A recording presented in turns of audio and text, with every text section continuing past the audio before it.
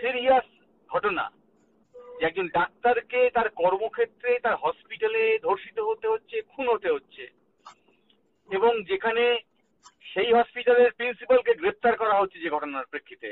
দিল্লিতে যাচ্ছেন, সেখানে বিজেপি নেতৃত্ব দেখা করছেন না, আর সিবিআই সান্ত্বনা দিয়ে পাঠাচ্ছেন। কেন্দ্র সরকারে বিজেপি শাসন করছে, আর বাংলায় শুভেন্দু অধিকারী নবান্ন অভিযান করছে।